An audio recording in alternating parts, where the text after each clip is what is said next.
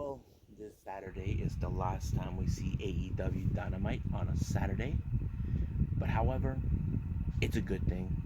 AEW is going back on Wednesdays. However, I'm also going to review this book. It took a long time, as you know. I read the book and I have to say I find it quite fascinating. But what was it so fascinating about it? Well, that's going to be what we're going to discuss today.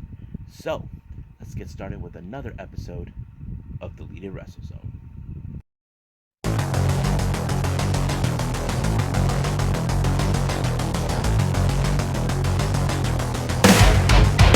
Are you ready?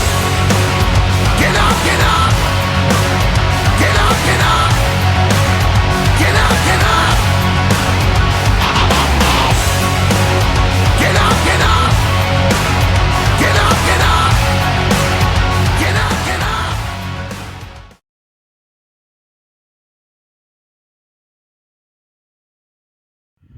Welcome, everybody, to Deleted Wrestle Zone, all things that is pro wrestling with AEW, NXT, New Japan Pro Wrestling, Impact Wrestling, the National Wrestling Alliance, various promotions, wrestlers, matches, and championships. I'm your host here, right here. So let's begin with the last of AEW Dynamite being on Saturday. We can say finally it's going back on Wednesday, which is the original time slot. And I know that many fans probably wouldn't want that. But I'm not complaining, but I'm glad it's going to happen. Now, it started out with an interview with Sammy Guevara, who we all know is going to face MJF this coming Wednesday. However, we don't know what happened is Sean Spears attacked him with the chair. It appears that Sean Spears and Sammy still have issues. If you guys recall, Sammy has been declared the hero of the inner circle, but Sean Spears doesn't see it that way. However, it's possible that MJF sent him to slow him down. So that's more likely to happen. Now, the opening match was Powerhouse Hobbs versus Hangman. Now, Taz has been targeting Hangman because A, he was at the top of the rankings and they tried to take his spot. However, this time Taz put Hobbs, and this was a challenge that of course Hangman had to beat. But however, things would have gone Hobbs' way if it wasn't for Brian Cage. He showed up when he saw Starks and Hook with the FTW title. Right now, Taz is livid. He doesn't understand what the hell is going on. However, Hangman did put Powerhouse Hobbs in the dead eye and pinning him with the 1-2-3, which was awesome. So, do we think it's a possibility he could be next in line for the AEW World title? Well, I have to say this is going to be an interesting storyline. I may talk about this on the podcast this Sunday, tomorrow, and we'll see where they're going to go with it. Now, the next thing we have, we started out with Dante Martin versus Matt Sydal. However, Vicky Guerrero comes out with her "Excuse me," trying to steal the spotlight for Andrade, but Matt Sydal got in front of it. Andrade did not take that too lightly, but Vicky actually stopped him. Now, I could possibly imagine that the first feud that Andrade might have will be against Matt Sydal. That could be the beginning because, in a way, Vicky and Andrade were taking the spotlight from this match, but Andrade looks at it like, you took my spot. So, it could happen. But however, the match between Dante Martin and Matt Sydal was great. I have to say, it was a really good match. I enjoyed it because A, you got two generation wrestlers that are from a different type of breed, different styles. You know, if you all recall, Matt Sydal was one of the best high flyers, but now he incorporates that with groundwork. And, you know, Dante, he's not like that, but he's an extremely good, most amazing high flyer. But however, it wasn't enough to stop a guy like Matt Sydal, who picked up the victory for himself. Now, Jungle Boy is prepared for his match, but he did get received a wise encouragement by Christian Cage. We all know Jungle Boy shocked the world when he won the Casino Battle Royale. So Cage said, "You shocked the world once. Now you have a chance to shock them again." And I think that's something that Jungle Boy will be proud of. Now, the Pinnacle. As you know, recently they've been. Well, hold on, let me back up a bit.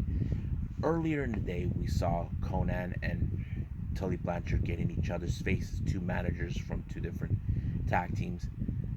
Of course, you may have heard Conan actually reference to Daga because, we all know that Tully Blanchard's daughter is married to Daga, and anything could happen. Now, we all thought Santana Ortiz were coming out, but somehow FTR took them out and they dressed like them and they spiked power drive Conan. But this is not going to be the end of it between these two teams.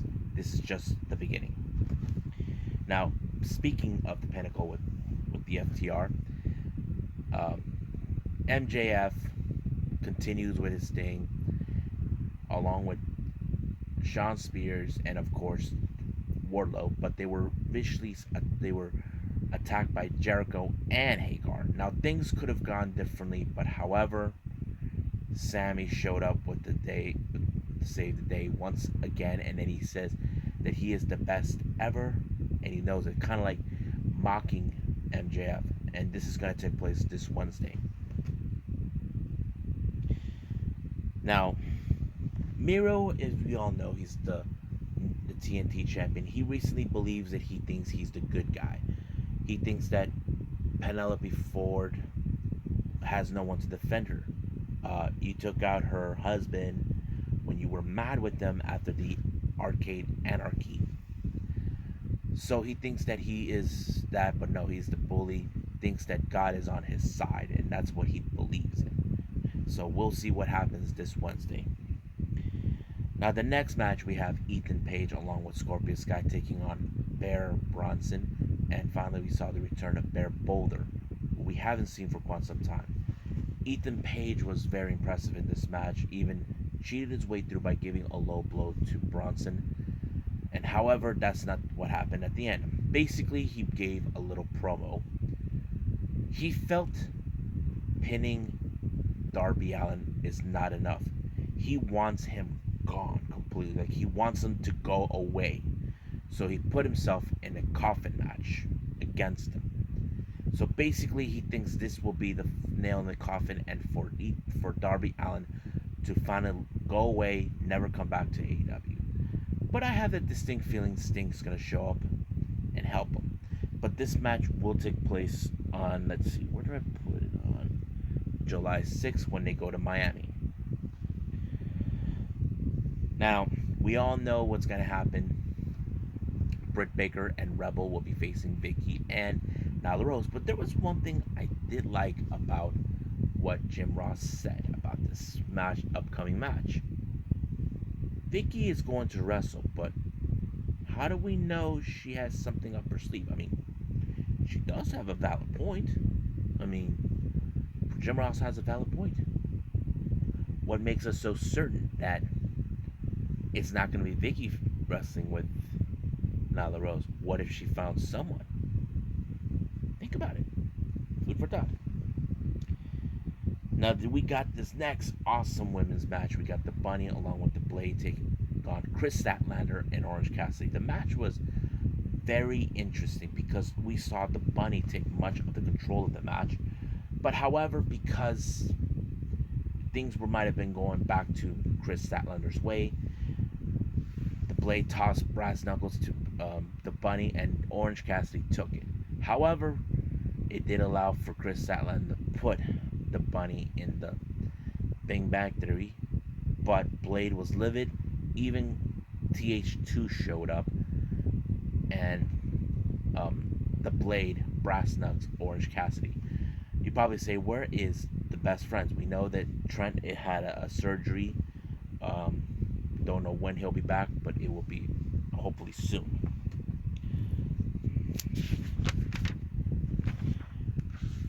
Next up, we have is the interview with QT Marshall. He still thinks that he beat Cody, but we all know that's not true. So, but he thinks that it's ridiculous about Brock Anderson getting the wrestler of the week and all that, but he can't wait to get his hands on Cody to prove a point. So that's pretty much what's gonna happen.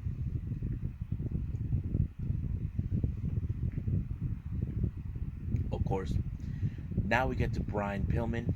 He gave a little message to Miro. He doesn't think he's a saint. He thinks that he's just a bully who just wanted to pick a fight. And it does feel like it does. But why do I get the feeling that Miro's gonna bring out Penelope by his side and Kip is gonna show up attacking Miro, and things are gonna fall apart with with Penelope Ford and Kip. So that could happen. Anything could happen. Now let's get to the main event, which was the AEW World Title. Man, it was great to see Jungle Boy taking on Kenny. But earlier in the match, before anything starts, both Jurassic Express and the Good Brothers were kicked out ringside. Match was great, I have to say. It was really an impressive match. However, we did see the Good Brothers come back. We knew this was part of the plan, but Jurassic Express showed up to give a helping hand, but also they get help from the elite hunter, Frankie Kazarian. But however, it was still not enough for Jungle Boy. He lost to Kenny when he put him in the one-wing angel. But when Kenny won in the post-match, he was about to take out Jungle Boy, but Christian showed up to help him. Once again, Matt Hardy and the Hardy family office showed up. Matt Hardy wants him gone, and he thinks that this is going to help him out because he thinks he's robbed him of his chances for an AEW World Title and violated the terms of agreement. Then here comes the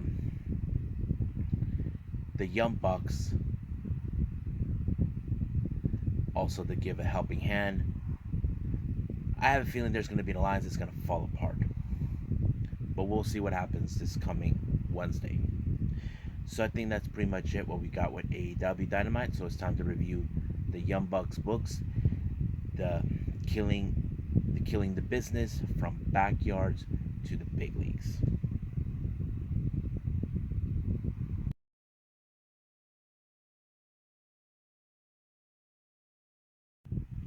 Okay, let's review this book. I have to say, I love it. It tells a great story about the Bucks' lives, how they get here. I have to say, I enjoyed reading it. And everything that it's like you get one chapter where Matt talks, one chapter talk about Nick, and that kind of makes you think what they were thinking in their minds. And I think what I did like is how all these guys ever cared about was wrestling, and some of the teachers didn't like that. I'm like, it kind of reminded me a bit of the story with Speed Racer, the movie where the teachers thinks that that he's not going to succeed. All he thinks about is being a race car driver, and that's kind of the same thing with the Bucks. But look at them now; they are successful.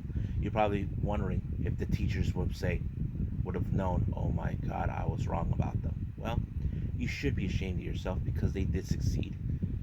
And I did like how Matt mentioned about, how do I say, when he first met his wife Dana, who we can say she is the heartbeat of the Young Bucks career, like helping out with the merch and all of that. And I did know about the history with them when they were with TNA, how they would have gone bigger stars, but things weren't going so well for them. And it was like kind of crazy on that. And of course, going to New Japan kind of changed the whole thing for them. And of course, along the way, I think, in my opinion, with the Bucks, they became the students of the game because think about it. How were they living off their time, when they're traveling? They sold merch, and that kind of been like their lifeblood to their financial income. And I think that's what changed the whole thing with the Bucks. Even when they aligned themselves with Pro Wrestling Tees, and hell, I buy shirts from them, and it did help them completely. And I think many people would have assumed, when we were paying attention to what's going on with other wrestlers, like AJ Styles, the Good Brothers, Shinsuke Nakamura, Candice LeRae, that these are good friends of theirs who were picked up by WWE, and many fans might have thought in their righteous minds that that's where they're going to end up. I mean, we would have assumed that too. But however, I think many fans probably were, but they're probably those fans who are true loyal fans of the Bucks, especially with the Elite. They probably would have felt, no, we don't want to see them get lost in the shuffle. Even Triple H believes in them, but however, it's the problem is when they go to the main roster that would have changed things, but it didn't. And I think many fans are happy with the direction they went with AEW. They even explained this a lot about all of it. But I think this is a good book, and I recommend this to everybody. You probably would be hearing some good stuff about it, and there's some good pictures that they posted up from childhood all the way to now. So I think that's pretty much it. Buy the book. Okay, so I hope you guys enjoyed me reviewing AEW Dynamite. Stay tuned for more with, of course, we got to Move's latest show that came out, which continuing on with their tag league, one of a kind. And I'll throw in maybe another Yoshi promotion or two, depending on the day, and also the podcast I will be doing as well. Um, Once again, if you want to get this book, get it now. You can find it anywhere, either on Amazon or your local bookstore. And this one has the signing edition because it has, where is it? No, I saw it here somewhere. They signed it, both Matt and Nick. And I say I picked the right book that I wanted. I enjoyed it. So get the book. You might enjoy. And if you think I'm going to review other wrestlers' books, there is one I definitely want to read, and that one is the Scott Norton book, Strong Style. That's going to be an interesting one. As soon as I get it, I'll review that one as soon as possible. But for now, I'll see you guys in the next DWZ time. Same DWZ channel. I must bid all of you adieu. So goodbye. Mwah. And have a nice day.